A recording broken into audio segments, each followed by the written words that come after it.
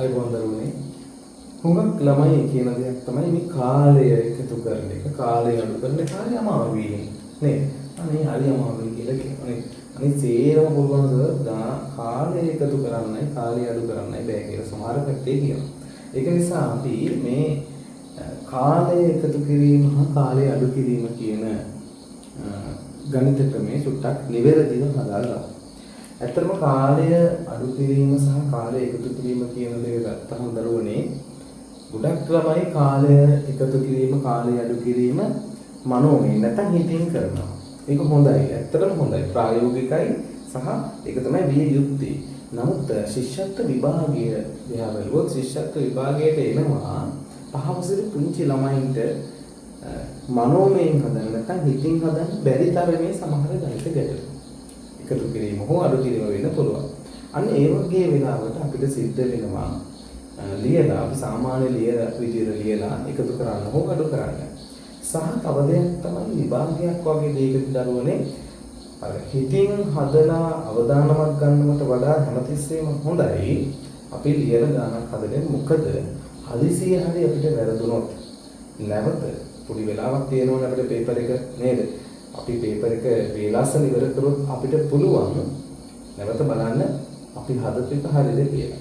නේද? ඒක නිසා අපි සාමාන්‍යයෙන් විභාගයකදී ශිෂ්‍යත්ව විභාගයේදී එහෙමයි අපි ගාන ලියලා ගාන හදන්න පුරුදු වෙනවා. හොඳයි.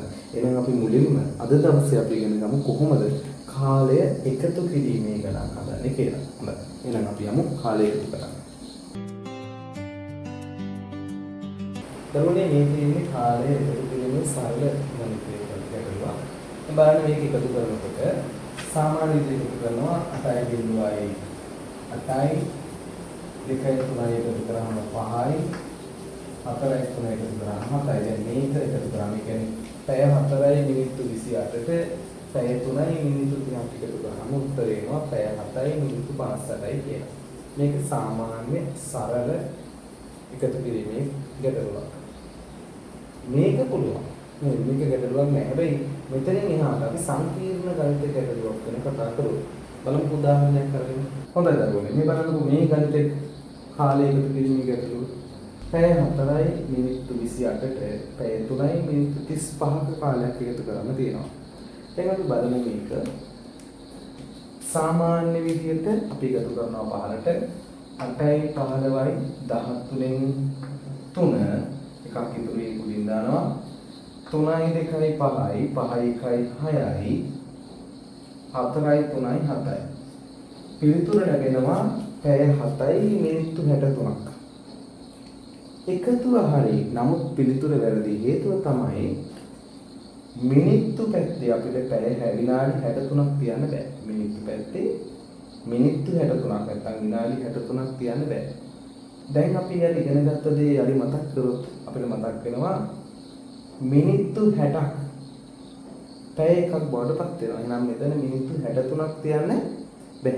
ඒක නිසා අපි කරන වැඩේ තමයි දරුවනේ මේ පැත්ත 59ට වඩා වැඩි වුණොත් ඒ කියන්නේ විනාඩි ගාන මිනිත්තු ගාන 59ට වඩා වැඩි වුණොත් 59ට වඩා වැඩි වුණොත් ඒ කියන්නේ 60ක් හෝ 60ට වැඩි හැම අවස්ථාවකම මෙන්න මේ වැඩේ අපි කරනවා. හොඳ බලා ගන්න. ඒ තමයි දරුවනේ මේ පැත්තේ එකතු කරලා එන උත්තරය 60 හෝ 60ට වැඩි වුණාම අපි මේ පැත්තෙන් 60ක් අඩු කරනවා.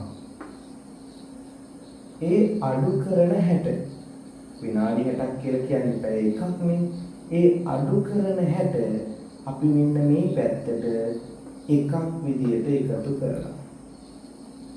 පැහැදිලි කරපු දේ සාමාන්‍ය විදියට එකතු කරලා එන උත්තරේ බලනවා. එන උත්තරේ මිනිත්තු පැත්ත නැත්නම් විනාඩි පැත්ත 60 හෝ 60ට වැඩි වුණාම 60 හෝ 60ට වැඩි වුණාම අපි ඒකෙන් 60ක් අඩු කරලා ඒ අඩු කරන 60 මේ පැත්තට පැයක් විදියට එකතු කරනවා. එහෙනම් දැන් බලමු අපි දෙන නිවැරදි උත්තරේ කීයද කියලා. 3න් බිඳුවක් අඩු කරාම 3යි 6න් 6ක් අඩු කරාම බිඳුවයි. මේ පැත්ත මොකද කරන්නේ? මේ පැත්ත එකතු කරන්න තියෙන්නේ. 7යි 1යි එකතු කරාම 8යි. ඔන්න දරුවනේ අපිට වෙලාව ආවා. පැය 8යි මිනිත්තු 3ක් කියලා. එහෙනම් මේ කාලය පැය 4යි මිනිත්තු 28ට පැය 3යි මිනිත්තු 35ක් එකතු කරාම නිවැරදි පිළිතුර පැය 8යි විනාඩි 3ක්. පැහැදිලිද? මේ ක්‍රියාවලිය අපි තාපාරක් බලමු. මේ කරපු සිද්ධිය අපි තාපාරක් බලමු තවත් ගානකින්. හරිද? බලන්නකො මේ ගණිත ගැටලුව, මේ එකතු කිරීමේ ගැටලුව.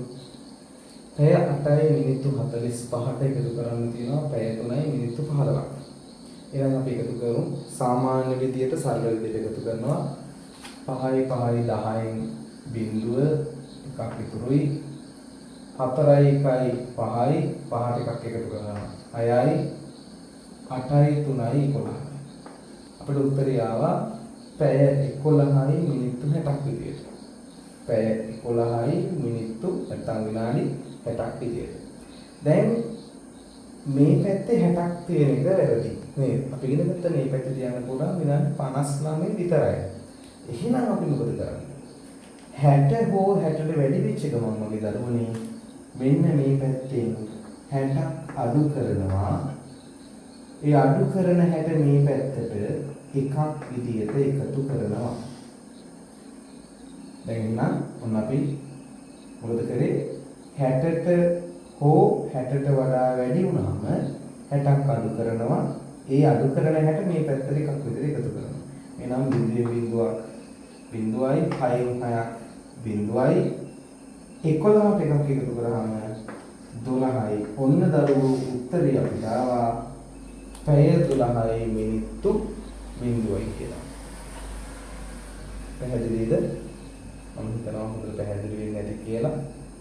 මේ ක්‍රමයේ චුට්ටක් වෙනස් නිසා හොඳට බලන්න දරුවනේ මේ ගාන හදන විදිය. නැවත නැවත මේ වගේ ගණන් ටිකක් හදන්න. තව එක ගානක් අපි හදමු. මම හිතනවා ඒක හොඳයි කියලා තව එක ගානක් අපි හදමු. දරුවනේ බලන්න මෙන්න මේ එකතු කිරීමේ ගැටලුව. පැය 10යි මිනිත්තු 29ට පැය 5යි මිනිත්තු 53ක් එකතු කරන්න තියෙනවා. එහෙනම් අපි බලමු මේක එකතු කරලා අපි සාමාන්‍ය විදිහට එකතු කරනවා. 9ට 3ක් එකතු කරාම 12යි 12න් 2 එකක් ඉතුරුයි. 5යි 2යි 7යි 7යි 1යි 8යි 10ට 5ක් එකතු කරාම 15යි. ඔන්න පුතේ පිළිතුර ආවා පැය 15යි මිනිත්තු 82ක් කියලා. නම් මේ පැත්තේ 82ක් තියන්න බැරි බව දැන් ඔයාලා දන්නවා. එහෙනම් 60ට වැඩි. ඒක නිසා මොකද කරන්නේ? අපි මෙතනින් 60ක් අඩු කරනවා. ඒ අඩු කරන 60 මේ පැත්තට එකක් විදියට එකතු කරනවා.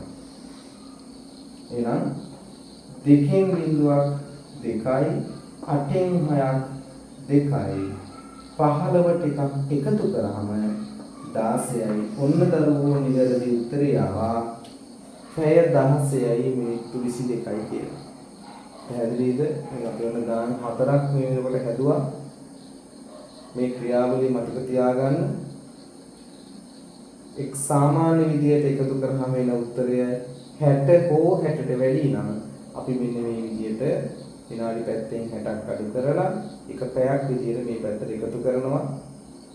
එතකොට අපිට නිවැරදි උත්තරය ගන්න පුළුවන්. හොඳයි. මම හිතනවා අවබෝධ වෙන්නේ නැති කියලා මේ ගාන. එහෙනම් කාලය අඩු කිරීමේදී ආයි පාරක් මුණ ගැහෙමු. කාලය අඩු කිරීම ගන්නකොත් එක්ක